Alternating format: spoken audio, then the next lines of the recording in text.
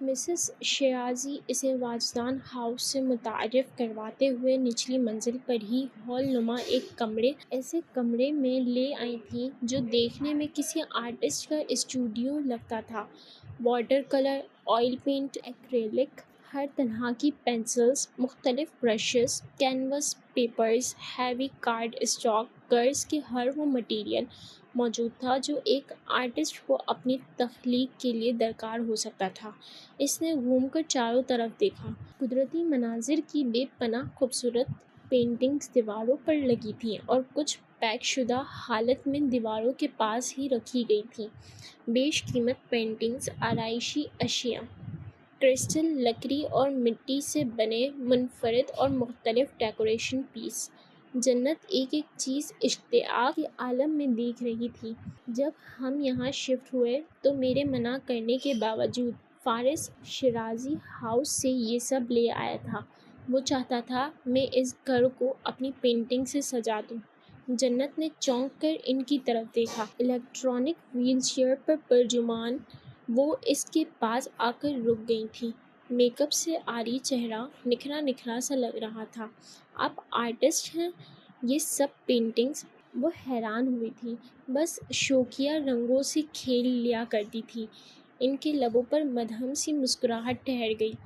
شوخیہ اور کھیل، یہ کسی پروفیشنل آرٹسٹ کا کام ہے آنٹی۔ جنت سراہے بنا نہ رہ سکی۔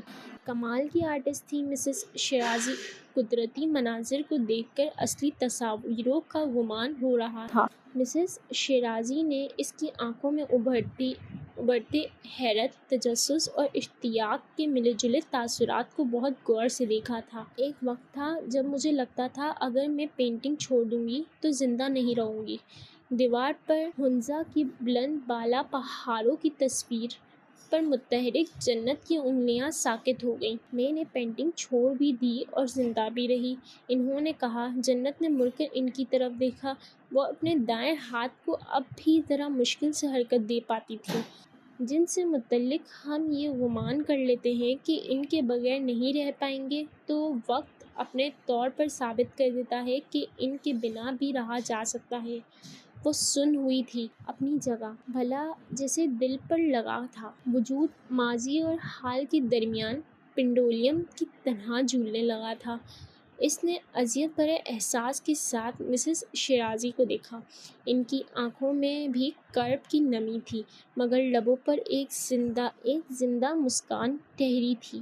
الیکٹرک وہیل چیئر کو متحرک کرتے ہوئے انہوں نے میز پر رکھا آرائشی قلم اٹھا لیا۔ پاس ہی پتھر پر نصب گھڑی رکھی تھی، لکڑی کا باکس بھی جس کے تختوں پر انتہائی خوبصورتی اور نفاست سے پھول تراشے گئے تھے۔ وقت بہترین استاد ہے، محرومیوں کے ساتھ جینا سکھا دیتا ہے۔ حلق میں ابھرتی گلٹی کو بمشکل نیچے اتارتے ہوئے اس نے گال پر پھسلتی لٹ کو کان کے پیچھے ارس کر اطراف میں نگاہیں دوڑائی تھیں۔ وہ اپنا ذہن بھٹکانا چاہ رہی تھی، مگر ذہن تھا کہ اس ایک لفظ میں الجھ کر رہ گیا تھا۔ پینٹنگز کے ساتھ ہی سامان سے بھرے کارٹن پڑے تھے۔ وہ پنجوں کے بل بیٹھ کر کرسٹل کے گلدانوں کو دیکھنے لگی، جن کی چمک آنکھوں کو خیرہ کر رہی تھی۔ پاس ہی ایک اور باکس پڑا تھا، کھلا ہوا۔ وہ جھک کر اس کارڈ کو دیکھنے لگی، جس پر تیسری کلاس کی فارس کی پہلی پوزیشن اسٹارز اور اسٹیکرز کے ساتھ جگمگا رہی تھی۔ یہ فارس کا سامان ہے۔ بچپن سے اس کی عادت ہے اپنی ہر چیز کو سنبھال کر رکھنے کی۔ تم یقین نہیں کرو گی، اس کے کھلونے بھی نیچے کہیں پڑے ہوں گے، صحیح اور سلامت۔ اپنے بیٹے کے لیے مسز شیرازی کے لہجے میں محبت ہی محبت تھی۔ جنت نے رزلٹ کارڈ واپس رکھ دیا۔ نیچے ہی پلاسٹک شیٹ میں مرجھائے ہوئے پھولوں کا ڈھیر نظر آ رہا تھا۔ ایک ڈرائنگ پیپر بھی تھا، فولڈ کیا ہوا۔ اس نے کھول کر دیکھا۔ گیٹ ویل سون، بچے کی لکھائی میں بڑا بڑا لکھا تھا۔ مسز شیرازی نے ڈور کھینچ کر دیوارگی کھڑکیوں پر سے پردے ہٹا دیے تھے۔ کمرہ مزید روشن ہوا تو دیوار کے پاس گول میز پر سیدھی رکھی فریمڈ پینٹنگز اسے اپنی جانب متوجہ کر گئیں۔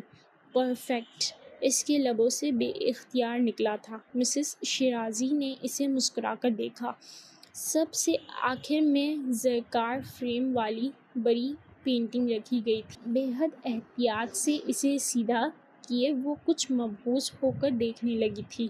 وہ قرآن کی ایک آیت تھی جسے سیاہ پینٹنگ پیپر پر قدرتی مناظر کی جھلکیوں میں انتہائی خوبصورتی اور مہارت سے لکھا گیا تھا۔